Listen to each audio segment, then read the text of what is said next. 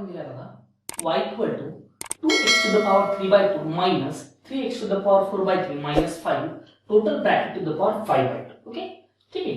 आता लक्षात घ्या इथं ही एक टोटल टर्म आहे त्याचा पॉवर 5/2 याच्या इंटू मध्ये कुठलाच पार्ट नाही हे लक्षात ठेवा. त्यामुळे सध्या मी याला सिंगल कन्सिडर करतो. हा त्यामुळे मी काय करतो डायरेक्ट लिहितो differentiate with respect to x. चला y चा derivative with respect to x असतो dy बाय dx. हा सपोज मी इथे आता मी डेरिव्हेटिव्ह काढायला लक्षात ठेवा.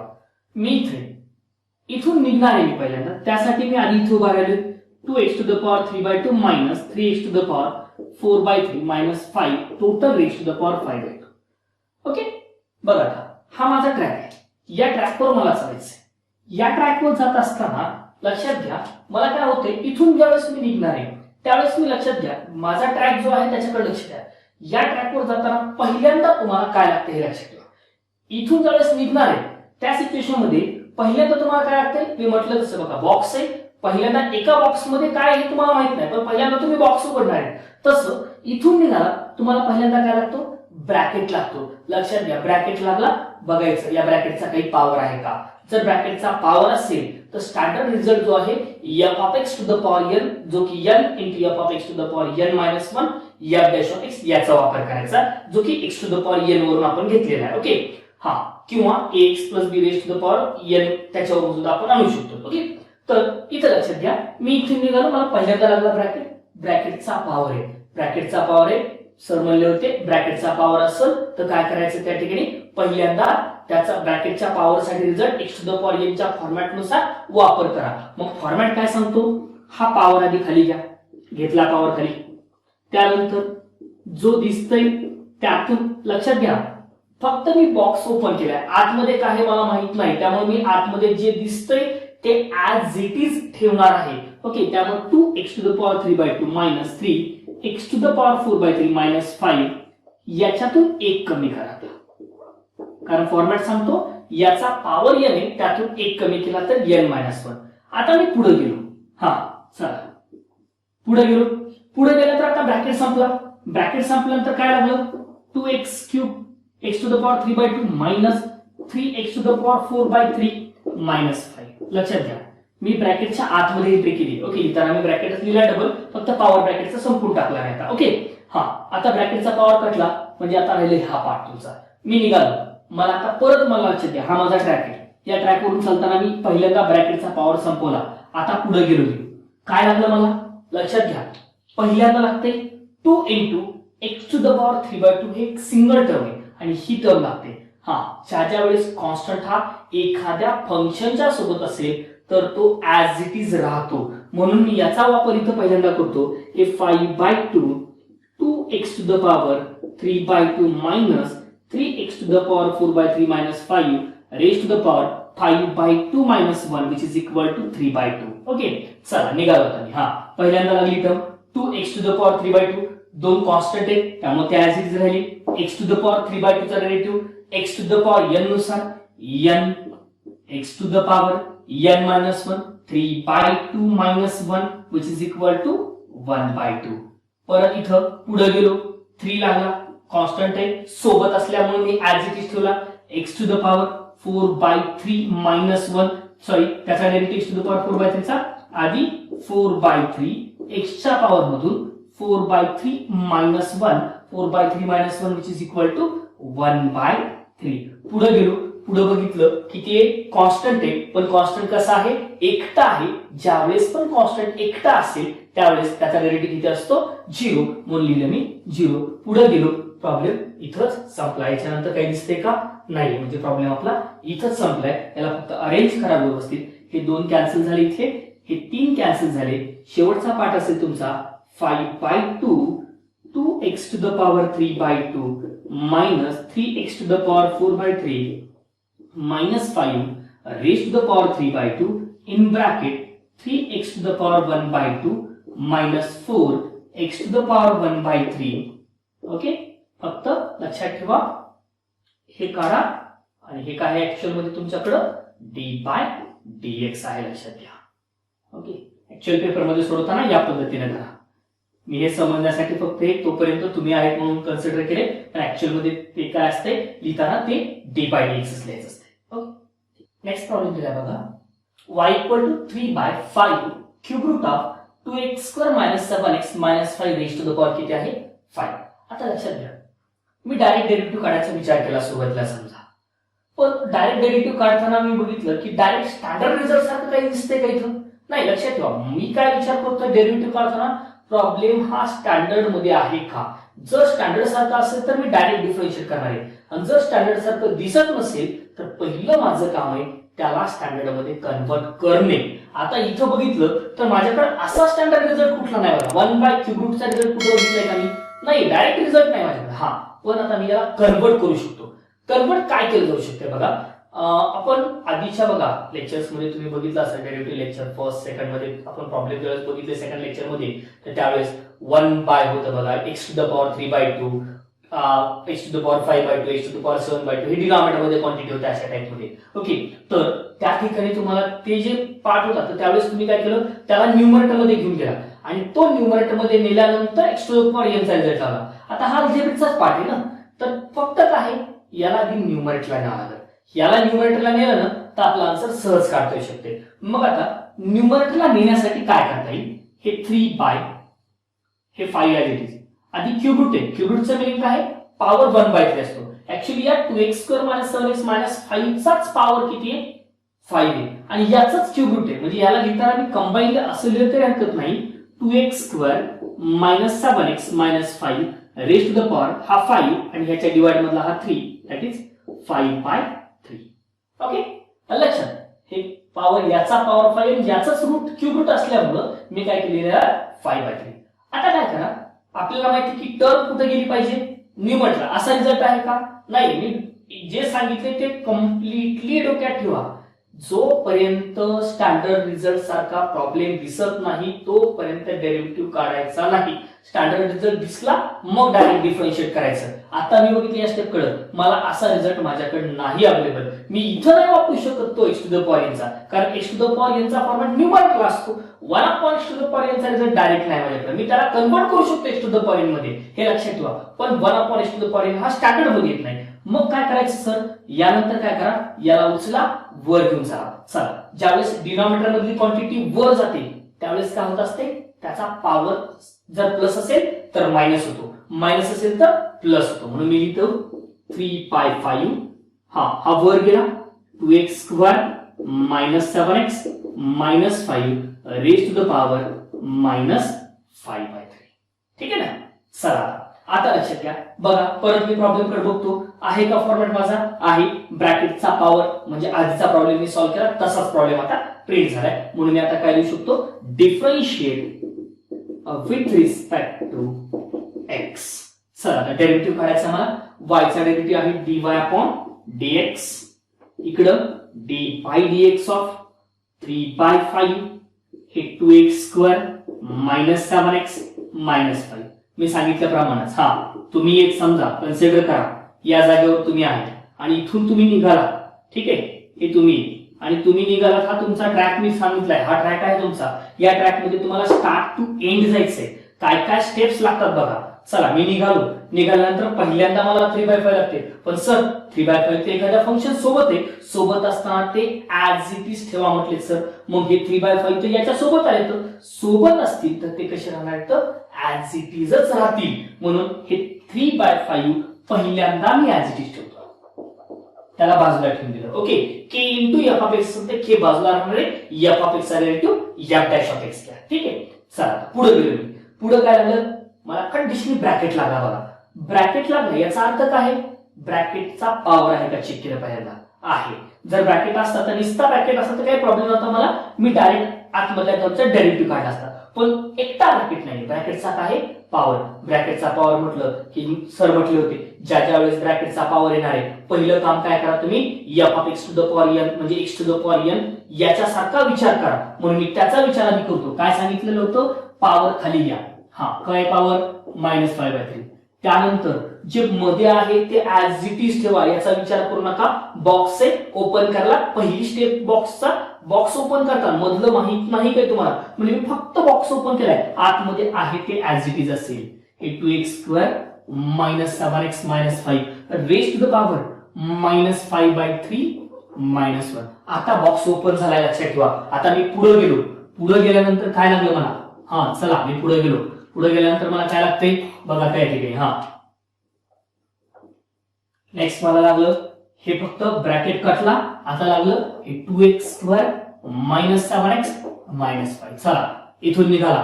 पहिल्यांदा काय लागलं तुम्हाला, ब्रॅकेट लागला, पण ब्रॅकेटचा पॉवर आहे का नाही, तो ऑलरेडी मी सॉल्व्ह करून घेतलाय. म्हणून मी आता काय करतो, हे इथले कटले, ह्या मायनस, हे 2x² minus 7x minus 5 minus 5/3 minus 1 minus 8/3. Okay, निघाल्यानंतर पहिल्यांदा तुम्हाला लागलं 2x².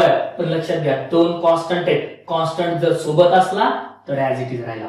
x² चा derivative 2x minus 7x, 7 constant आहे, सोबत असला ऍज इट इज, x चा डेरिव्हेटिव्ह 1 मायनस 5 कॉन्स्टंट आहे, एकटा आहे, डेरिव्हेटिव्ह 0. निघालं पुढं, काही शिल्लक दिसलं का नाही, म्हणजे लक्षात ठेवा ज्या वेळेस काही शिल्लक राहत नाही त्यावेळेस सर म्हटले होते तुम्ही बाहेर पडला, डेरिव्हेटिव्ह तुमचा संपलाय. यानंतरचा पार्ट फक्त काय असतो, सिम्प्लिफिकेशनचा पार्ट असतो. ओके, त्याला व्यवस्थित लिहा.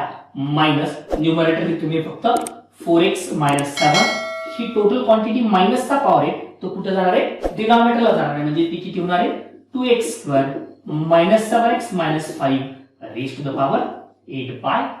दिस is your final answer. Okay, steps common आहेत.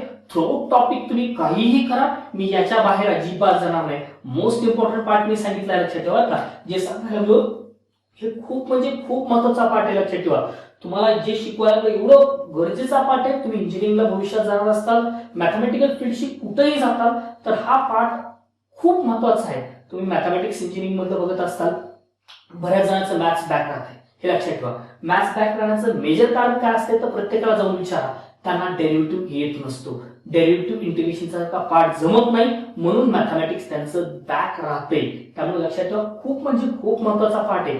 तुमचे कुणी इंजिनिअरिंगचे भाऊ बहीण असतील त्यांनाही हा पार्ट खूप उपयुक्त पार्ट आहे, त्यांनाही हे लेक्चर बघितले तरी चालतात. ओके, नेक्स्ट प्रॉब्लेम दिला बघा, cos cube of log of x cube. Okay, लक्षात घ्या लॉग ऑफ एक्स क्यूब हा कॉसचा अँगल आहे, त्यामुळे काय आहे कॉस ऑफ दिस टर्म, याचा अर्थ ही एक सिंगल टर्म आहे. लक्षात ठेवा जर सिंगल टर्म असेल तर मी डायरेक्ट डेरिव्हेटिव्ह काढू शकतो. ओके, चला differentiate with respect to x, y चा derivative dy by dx equal to d by dx of हा cos cube of log of x cube.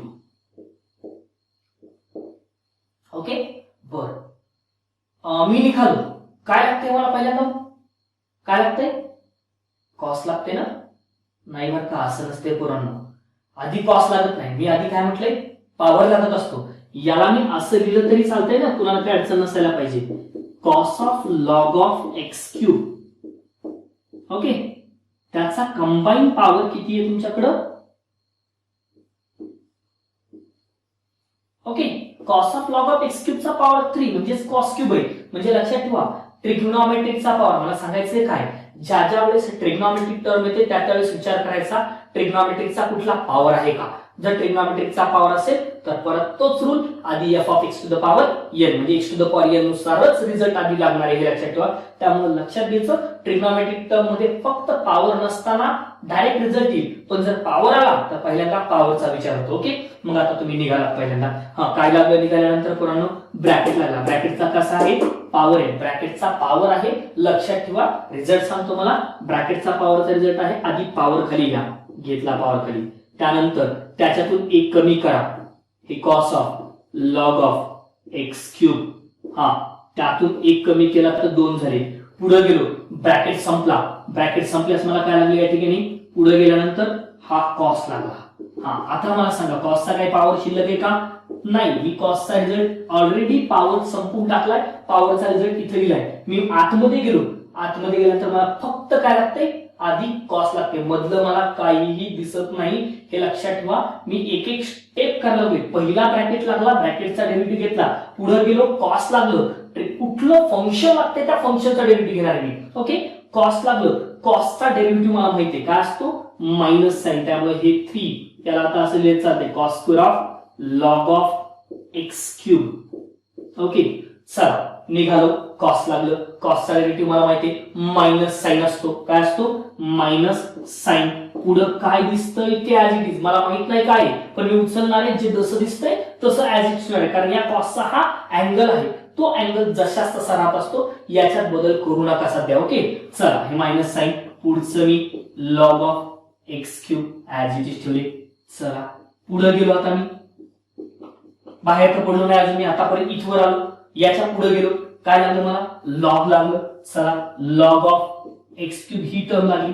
बरं सर, लॉग ऑफ एक्स क्यूबचा derivative काढायचा आहे, मला पहिल्यांदा काय लागते, लॉग लागते. बरेच जण म्हणजे सर याला चेंजेस करता येतात, लक्षात ठेवा याला जास्त काही स्टेप वापरायची गरज नाही. या ठिकाणीही तुम्ही चेंज केला तरी चालतो. ही जी टर्म आहे तुमच्याकडं, तर लॉग ऑफ एक्स क्यूबला log x to the power n यानुसार एन लॉग एक्स सुद्धा लिहिता येते. त्यामुळे तुम्हाला इथं जर लिहायचं असेल तर तुम्ही असं लिहिलं तरी काही हरकत नाही. हे लॉग एक्स हा 3 बाजूला काढा आणि हे 3 log x using log x to the power n याचा वापर करून हा 3 बाजूला ठेवा आणि लॉग एक्स लिहा. म्हणजे एका स्टेप मध्ये असेल, 2 स्टेप करायची गरज लागणार नाही आता. हा चला आता पुढे निघालो. निघाल्यानंतर 3 हा कॉन्स्टंट एक सोबत आहे लॉग एक्सच्या, त्यामुळे मी कसा ठेवणार आहे, ऍज इट इज. बरं चला आधीचा पार्ट लक्षात घ्या थोडा. आता आधीच्या पार्ट मध्ये काय आहे, 3 cos square of log of x cube into sine of log of x cube, तो as it is. Minus sine असल्यामुळे मायनसला बाजूला ठेवतो, -3 cos square of log of x cube into sin of log of x cube into, चला पुढे गेलो, 3 log x. 3 constant x सोबत आहे फंक्शनच्या, ऍज इट इज राहिला. log x चा डेरिव्हेटिव्ह 1/x म्हणजे किती आला, 3/x. ओके, फायनल आन्सर असेल -9 cos square of log x cube into sin of log x cube total divided by x. याची मॉडिफिकेशन मे बी होऊ शकतात. मॉडिफिकेशन काय करता येईल बघा, लक्षात घ्या. या कॉस स्क्वेअर पैकी एक कॉस्ट मी बाजूला ठेवतो आणि जो साइन सोबत देतो, लक्षात ठेवा मी काय करतो, मॉडिफिकेशन काढलोय. हे सुद्धा आन्सर होते, यानंतर मॉडिफिकेशन लक्षात घ्या. -9 एक कॉस्टला मी ऍज इट इज ठेवलं आणि एक कॉस्ट मी याच्यासोबत दिला साइन सोबत. बघा 2 प्रॉब्लेम नेक्स्ट बोर्डवर लिहिलेत मी, जे की सॉल्व्ह केलेले आहेत, मी एक्सप्लेन करतो फक्त, लक्षात ठेवा. फर्स्ट आहे e to the power log of log x square minus log x square. Okay, बघा आता यासाठी सुरुवातीला मला काय करायचंय, लॉगचा वापर करायचा, लॉगच्या रूलचा. लॉगचा रूल काय सांगतो, जर इथं जो असेल त्याच्या पॉवर मध्ये लॉग असेल आणि त्याचा बेस तोच असेल तर हे कॅन्सल होते, ही टर्म राहते. ओके, म्हणजे काय आहे, e to the power log याचा बेस काय नाही म्हणजे e आहे, लक्षात ठेवा. जर बेस e असेल तर हे कटलं, राहिला पार्ट मी इथे लिहिलाय. ह्या दोघांचं मिनिंग वेगळे. हा log x स्क्वेअर आहे, हा log x स्क्वेअर आहे. या log x स्क्वेअरचं meaning log x into log x आहे. हा log x स्क्वेअर तुमचा x चा स्क्वेअर आहे. ओके, हा बघा यानंतर log a to the power b नुसार b log a असे लिहू शकतो. आता मी डिफरन्शिएट याला सेपरेटली करतो. हा डिफरन्शिएट, हा वेगळा प्रॉब्लेम, हा वेगळा प्रॉब्लेम. चला d/dx ऑफ log x चा स्क्वेअर निघालो. पहिल्यांदा लागला ब्रॅकेट, पण ब्रॅकेटचा काय आहे, पॉवर. ब्रॅकेटचा पॉवर म्हटलं की काय आहे, आधी तो पॉवर खाली घ्यायचा, त्यातून एक कमी करायचा आणि त्यानंतर राहिल्याचा डेरिव्हेटिव्ह. म्हणजे मी ब्रॅकेटचा पॉवर काढला, पुढे मध्ये गेलो, मध्ये काय राहिलं, log x. ओके, चला पुढच्याकडे गेलो. हे 2 log x, दोन बाजूला कॉन्स्टंट आहे, log x चा डेरिव्हेटिव्ह 1/x. हा इथंच संपला, याच्या पुढे गेला तर काही शिल्लक आहे का, नाही. हा अजून प्रॉब्लेम संपला नाही, कारण d/dx ऑफ log x शिल्लक आहे. या log x चा डेरिव्हेटिव्ह आहे, बाकीचं मी ऍज इट इज ठेवले. log x चा डेरिव्हेटिव्ह 1/x पुढे गेला, इथंच संपलेलं आहे. ओके, हा दुसरा प्रॉब्लेम होता. त्यामुळे हे 2 log x/x minus 2/x, दोघातून 2/x common काढले तर शिल्लक राहतील log x minus 1. Okay, next दिलाय y equal to sin square of x square minus cos square of x square. लक्षात घ्या, या प्रॉब्लेम मध्ये 2 मेथडचा वापर करू शकतो मी. आहे प्रॉब्लेम दिला तसा जसा दिलाय त्याचा डायरेक्ट डेरिव्हेटिव्ह काढा. ओके, यासाठी sin स्क्वेअरचा डेरिव्हेटिव्ह काढताना ट्रिग्नॉमेट्रिकचा पॉवर आहे x to the power n चा विचार करा, त्यानुसार कॅल्क्युलेशन करा. दोन्हीकडे तेच होतील आणि त्यानंतर डेरिव्हेटिव्ह कॅल्क्युलेट करा, ही एक मेथड. दुसरी मेथड आहे की ट्रिग्नोमेट्रिक फॉर्म्युलाचा वापर करायचा. मग ट्रिग्नोमेट्रिक फॉर्म्युलाचा वापर कसा करणार? पहिल्यांदा मी मायनस बाहेर करतो, शिल्लक राहते cos square x square minus sin square x square. याचा अर्थ cos square theta minus sin square theta असा पार्ट आहे. cos square theta minus sin square theta cos 2 theta म्हणले मी. cos 2 अँगल आहे x स्क्वेअर 2x स्क्वेअर. आता single term जरी derivative काढला हरकत नाही, म्हणून मी डायरेक्टली डेरिव्हेटिव्ह काढला. निगेटिव्ह साइडला बाजूला ठेवलं, cos चा रेट असतो मायनस साइन, पहिल्यांदा cos लागते म्हणून त्याचा डेरिव्हेटिव्ह काढला मायनस साइन. पुढे दिसतंय ते ऍज इट इज. पुढे गेलो काय लागलो 2x स्क्वेअर, त्याचा डेरिव्हेटिव्ह दोन कॉन्स्टंट आहेत, हा तो as it is. x square चा डेरिव्हेटिव्ह 2x म्हणजे 2 टू 4x. हे निगेटिव्ह ऑफ निगेटिव्ह पॉझिटिव्ह म्हणजे sin 2x square into 4x. हेच तुमचं काय असणार आहे फायनल आन्सर. ओके बघा, हे काही प्रॉब्लेम्स आहेत जो की आता आपण पार्ट बघितला त्या पार्ट वरचेच आहेत, जे की होमवर्क म्हणून असतील. तुम्ही लेक्चर्स व्यवस्थित पहा, त्यानंतर हे प्रॉब्लेम ट्राय करा एकदा. नाही जरी आले तरी त्या ठिकाणी परत लेक्चर पहा. लेक्चरमध्ये मी सगळा कंटेंट दिलेला आहे, त्यामुळे तुम्हाला प्रॉब्लेम मध्ये अडचण जाणार नाही. ओके ठीक आहे. जर काही अडचण त्यामध्ये जरी आली तर कमेंटमध्ये मला सांगू शकता की सर हा प्रॉब्लेम एखादा रिपीट करा म्हणून, तर ते त्या ठिकाणी प्रॉब्लेम रिपीट करा. ओके.